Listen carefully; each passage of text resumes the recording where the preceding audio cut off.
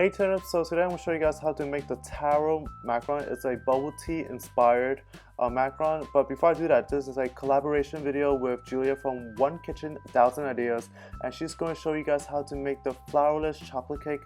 It sounds super yummy, so you guys definitely have to check it out and subscribe to the channel. And without further ado, let's get started on this delicious macaron recipe.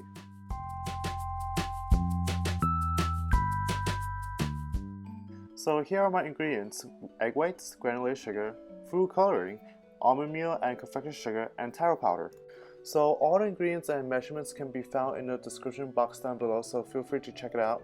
And right now I'm adding my taro powder to my confectioner sugar and my almond meal, and those ingredients have been grinded finely before and sifted, and you guys can just mix it in. And for those who are interested in getting the taro powder, these are the powder that you guys usually drink from Taro bubble tea. So if you guys are familiar with that and you guys want the link, I have posted down below, and it's from Amazon. And no worries, this video is not sponsored by anyone, it's just purely just me baking. And here is me whisking my egg whites, so the egg whites have to be cold and fresh out of the fridge. I know a couple of recipes ask that you guys take your egg whites and let it age in room temperature for a couple of days. I think that doesn't really help with the macaron, and especially if you guys are using my recipe, do not do that, because egg whites are like proteins and they have optimal temperature, so they work best if it's cold. And if you guys leave it out in the room temperature, it would get denatured and it would just have a really hard time forming bonds, so it would definitely affect your macaron shells. So after you guys whisk it to a very cloudy consistency like that, you guys can add in your granulated sugar. And as you guys can see, my granulated sugar is kind of clumpy, but don't worry, because once you guys start whisking it, you guys will be evenly distributing the granulated sugar, so just add it all in one shot. And we are going to continue whisking until we have achieved beautiful stiff peaks.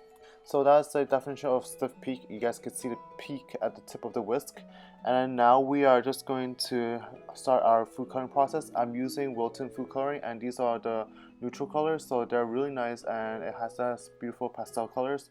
They also have a neon section where it's richer in concentration in colors, so you guys can use that for a deeper and brighter colors.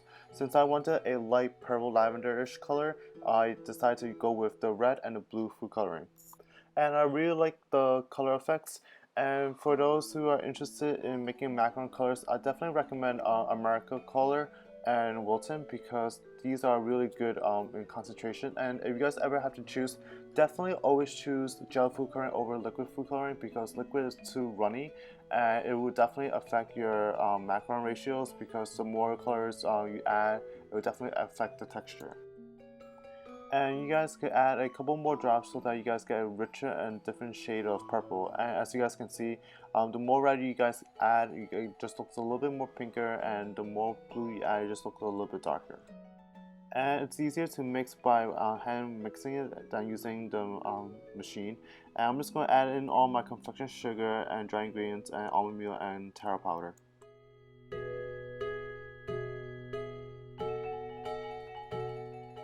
So if you guys are new to my channel, you guys definitely should watch this part, because I have included the whole entire process and the number of folds for this folding in the macaron batter. And this is the part where usually a lot of people mess up. And if you guys are my turnips that have been subscribed and watched many of my macaron videos, you guys can definitely skip this part. But I just think that it's really aesthetically eye-pleasing to see the purple and the white colors combined. And the first part of folding your batter is that you guys want to fold it to incorporate the dry ingredients with your wet ingredients, which is your egg whites. Generally, a rule of thumb is folding from the edge towards the center, and if you guys don't know, the first step is always the process where we try to incorporate them together, so do not worry about incorporating too much air into your batter. But towards the second process, once you guys see that it's relatively combined, you guys want to be very careful, because if you guys overfold your macaron batter, it will become very flat and will not form any feet.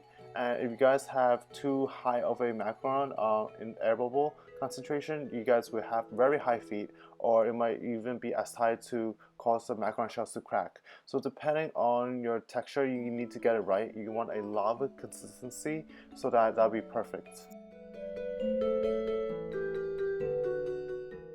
So when you guys are spreading across, do not spread too much because it would definitely deflate your air bubbles dramatically. But since I am someone who is more experienced with making macarons from all the macaron videos, you guys can see that I know the texture. But usually if you guys are new to this, definitely fold slowly and do not spread it too much. And you guys want to test the texture, and this is a good lava texture right here. And then you guys are going to set up your piping bag on a cup so that it's easier for you guys to pour your macaron batter into the piping bag. And for those who bake a lot, I definitely recommend you guys to use a reusable one because one, it's going to be more cost effective and it's going to save a lot of money. But for those who really hate washing the piping bags, I decided to go with Bolton's disposable ones because they're one, see-through and clear, so it's so much more aesthetically pleasing, and two, I think it's so much easier to just throw it out than to clean it and flip it upside down. And since my sister lost her piping tip, I decided to just pipe directly on top by snipping a piece. And as you guys can see, it still works. It still creates that piping circular look without using the piping tip. But I definitely recommend the piping tip if you guys can invest in one. We are going to bang these sheets just to release all the excess air bubbles, and we are going to bake these macarons for 90 minutes at a preheated 300 degrees Fahrenheit oven.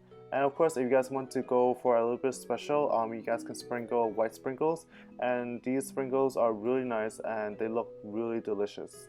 I think the purple and white combination looks really nice, and I definitely recommend you guys sprinkle towards one side of the macaron so that it looks very intentional but also very hipster at the same time. And turnips, as you guys can see, the white sprinkles definitely completes the look for the Taro Macaron, or else it looks really boring. So if you guys can, definitely invest in white sprinkles for this macaron flavor. And the filling has the Taro macaron filling. It's very special and unique. So if you guys are interested, definitely check out my next video. And it goes really well and it has really nice feet, so give this recipe a try.